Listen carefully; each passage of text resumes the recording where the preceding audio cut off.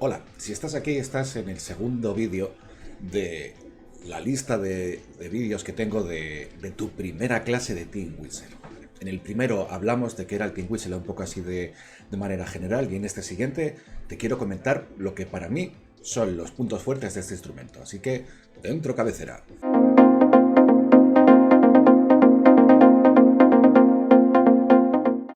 Antes de empezar a hablar de los puntos fuertes que encontramos en el Tin Whistle, me gustaría comentaros lo que para mí es un poco la historia, bueno, lo que es un poco la historia del Tin Whistle. Sí que tengo un vídeo más explicado en Whistle for You, pero bueno, voy a hacerlo un poco más breve y un poco los voy a explicar de esta manera.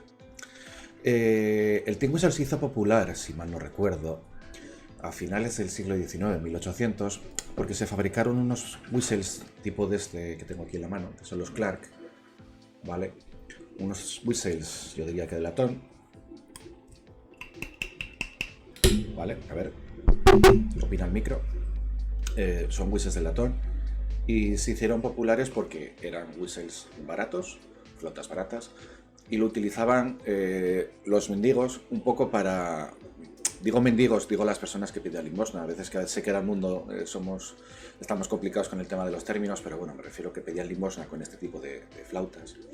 Y se cogió el nombre de penny whistle porque les daban peniques por interpretar piezas ahí en la calle, ¿no? Pues sería un poco esa breve historia del tin whistle, lo que luego más adelante hizo que este instrumento se popularizara dentro de la música tradicional o popular de Irlanda. Y una vez que ya, pues eso, en los años 60 grupos como The Chieftains o The Dubliners popularizaron ya todo ese repertorio de música irlandesa, padres de la música celta, de la llamada música celta.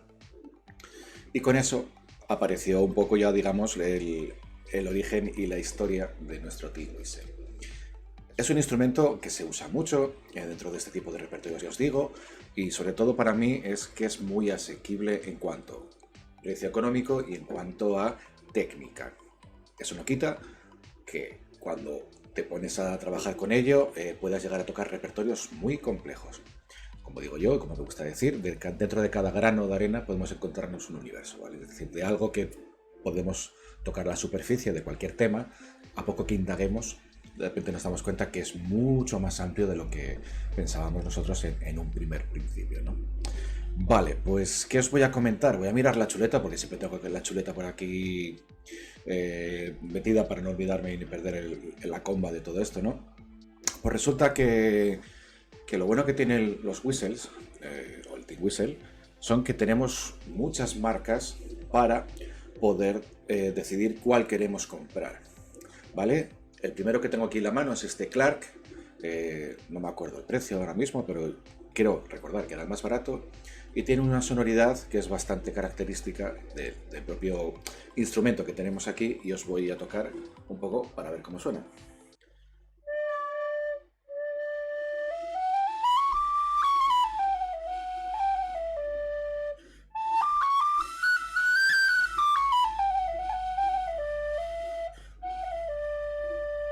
¿Vale? Las sensaciones que me da cuando toco el Clark, hay que dejarlo calentar un poco, es importante que los instrumentos calienten. Tiene una razón física, que es que cuando el instrumento, el material se calienta, la velocidad del sonido, en este caso donde va la onda, de la frecuencia de las notas que hacemos, es más rápida, es decir, sirve para estabilizar sobre todo la afinación. Entonces todos los instrumentos se calientan y se calientan para poder encontrar esa estabilidad que te digo yo de trabajo. Lo que yo diría de estos instrumentos no suena mal. Para empezar, podría ser un instrumento totalmente válido, pero por ejemplo a mí en cuanto a características se me queda el tema de que creo que suena mucho aire. Puede ser una cosa que te guste o que no te moleste, pero a mí ese sonido de aire me queda un poco ahí diciendo, bueno, es que sé que hay otras sonoridades un poco mejores, ¿no?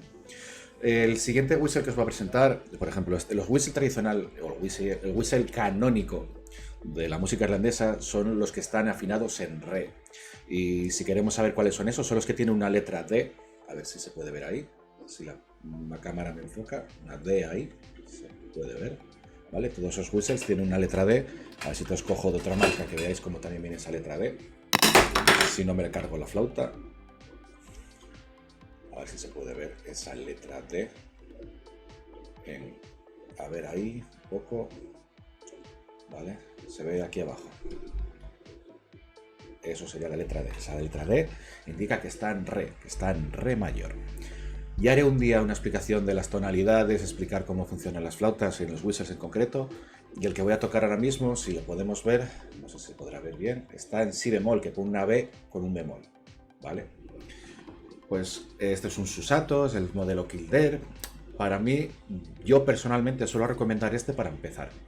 Y la explicación es sencilla, porque el tipo de boquilla que tiene es un bisel que está en curva y para mí es de los más estables que tenemos. Estables en el momento que nosotros emitimos el aire desde nuestros pulmones, desde nuestra boca, estabiliza muy bien aquí, sobre todo en los saltos de octava, en los saltos que hacemos de cambio de los graves a los agudos. Y para mí, de los, digamos, de gama media de whistle, es el que me considero que económicamente es el más rentable en cuanto a resultado.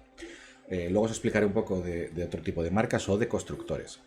Pues nada, os voy a tocar este Susato que está en si bemol y veréis el sonido que tiene.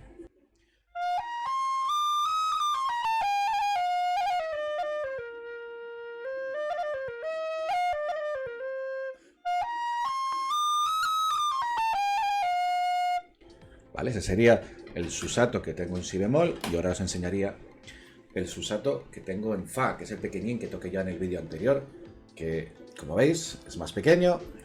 Voy a ponerlo junto para que veáis que uno es grande, otro es pequeño. Esto es como Barrio Sésamo. Os puedo engañar y hacer esto y que parecen el mismo tamaño, pero es que los tengo en diferente profundidad y los juntamos a la misma altura y vemos que uno es grande y el otro es pequeño, ¿vale? Ya os explicaré el porqué de las afinaciones o por qué conseguimos esas afinaciones, ¿vale? Pues esto es un tin soprano en fa.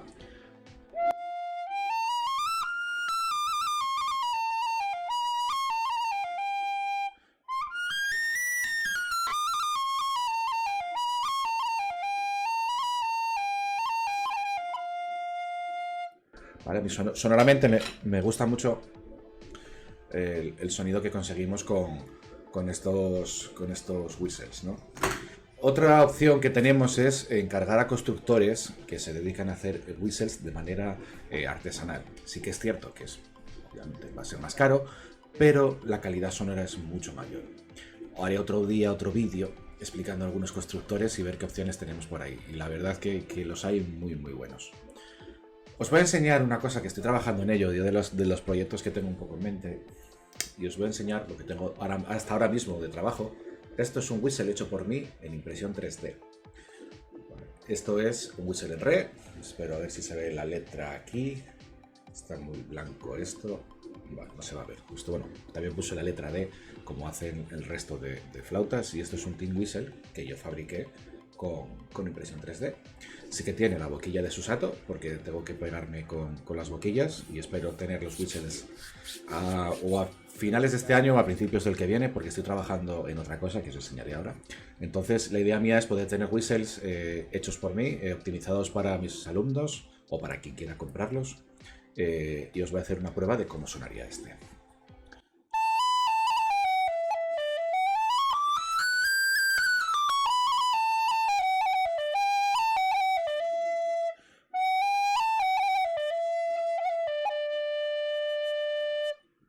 Como veis, sonoramente suena muy bien. Hay que trabajar esas boquillas, creo que Susato tiene una boquilla muy buena. También he de deciros que por lo que estuve observando, mucha gente imita ese tipo de boquilla porque es muy estable, es muy estable. Pues lo estoy diciendo, por ejemplo, voy a tardar hasta el fin de año porque estoy con las flautas de digitación asturiana. En estas ya están todo. Digitación de gaita asturiana, perdón. Que son, ya tengo todo el cuerpo de plástico y la boquilla ya no es una boquilla hecha, ya está diseñada por mí. Y os puedo decir que hay que echar una pila de horas impresionante entre el diseño y las pruebas. Hasta que no la tenga bien terminada no os enseñaré, ¿vale? Pero ya estoy con muchas ganas de mostraros cómo va trabajando. Es más, si os fijáis aquí en este lado hay un puntito rojo que se mueve.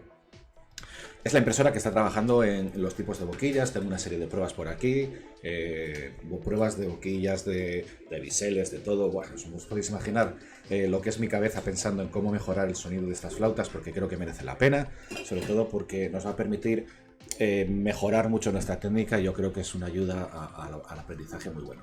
Pues mientras hablo y mientras os doy un poco la chapa, tengo aquí a la amiga trabajando. También deciros que, por ejemplo, la prueba de hoy va a tardar 12 horas en imprimirse, es decir, hasta las 3 de la mañana, que fue cuando lo puse a las 3 del mediodía a trabajar. Hasta las 3 de la mañana no podré venir al horno a ver cómo está el pan.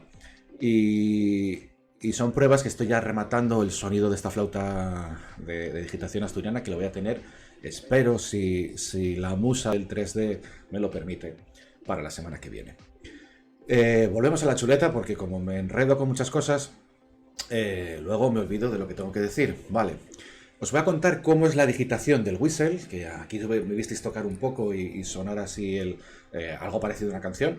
Pues os voy a explicar en el siguiente vídeo una digitación fácil de do a sol, para no perdernos mucho y para poder empezar a tocar el instrumento y así arrancar a tocar piezas. Pues nada, os veo en el siguiente vídeo.